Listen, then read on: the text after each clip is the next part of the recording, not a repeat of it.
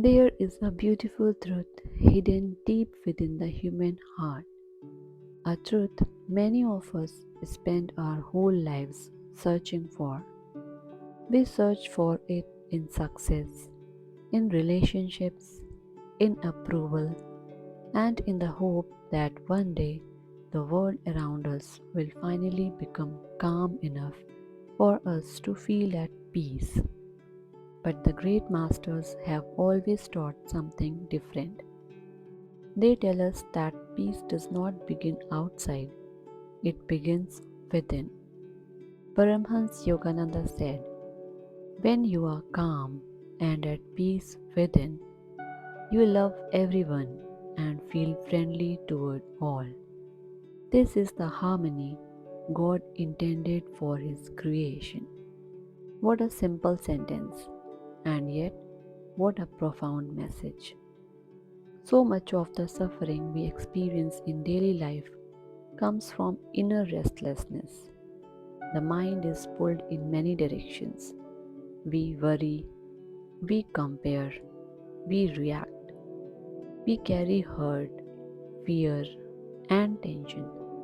And when the heart is disturbed, even small things begin to feel heavy. Even ordinary interactions can feel difficult. We become easily irritated, easily misunderstood, easily disconnected from others. But when peace awakens within us, something miraculous happens.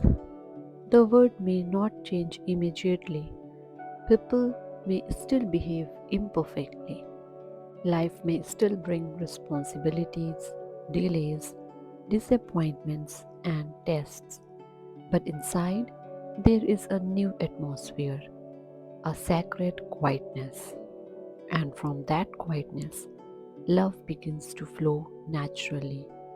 Not forced love, not superficial kindness, not love given only to those who agree with us or please us, but a deeper love, a gentler love, the kind of love that comes when the soul is no longer agitated. A peaceful heart does not feel the need to fight everyone. It does not constantly defend itself. It does not look at the world with suspicion. Instead, it begins to feel friendliness toward all. What does that mean?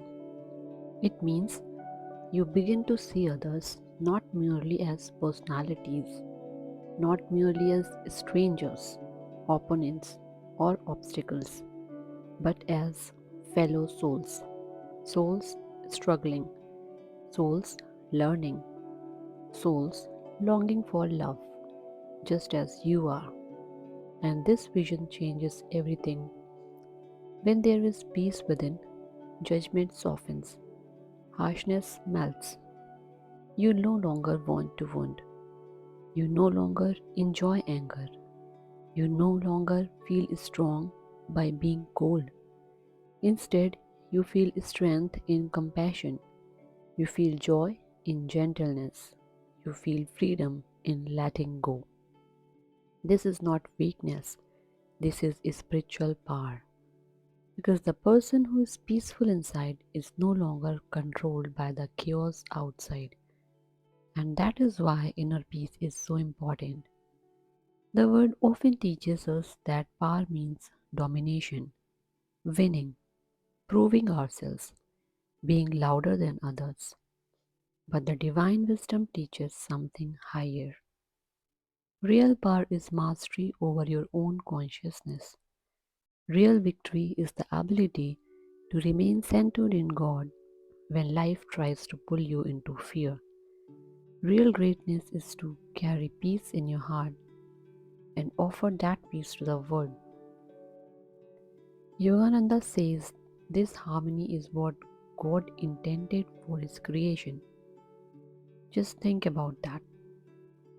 Harmony is not an accident, it is not a weak dream, it is not some unrealistic spiritual fantasy, it is God's intention. We were not created to live in endless hostility.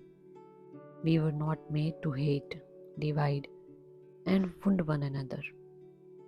At the deepest level, the soul was created for love, for unity, for peace, for friendship with all life. That is our true nature.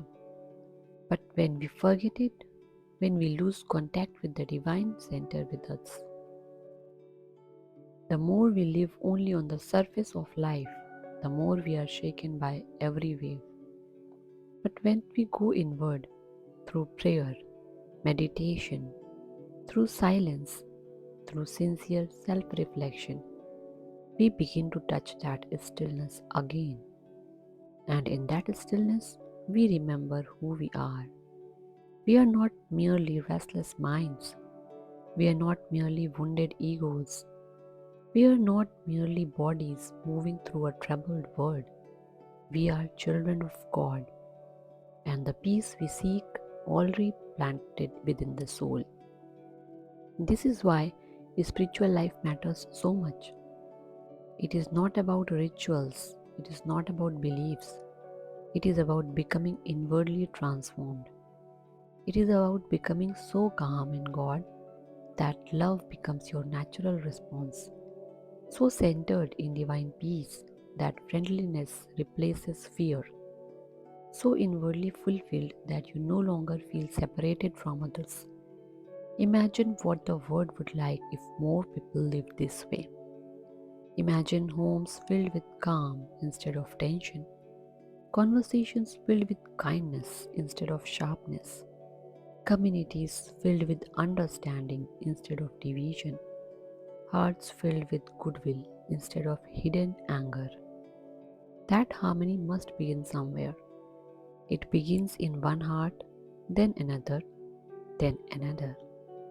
It begins in your heart when you choose peace over reaction, when you choose prayer over panic, when you choose understanding over judgment, when you choose to return again and again to the quiet presence of God within. So today, pause for a moment, breathe deeply, let the noise settle, let the heart become still, and ask yourself, what would happen if I guarded my inner peace more carefully? What would happen if I stopped feeding irritation and started feeding calmness, care, and compassion?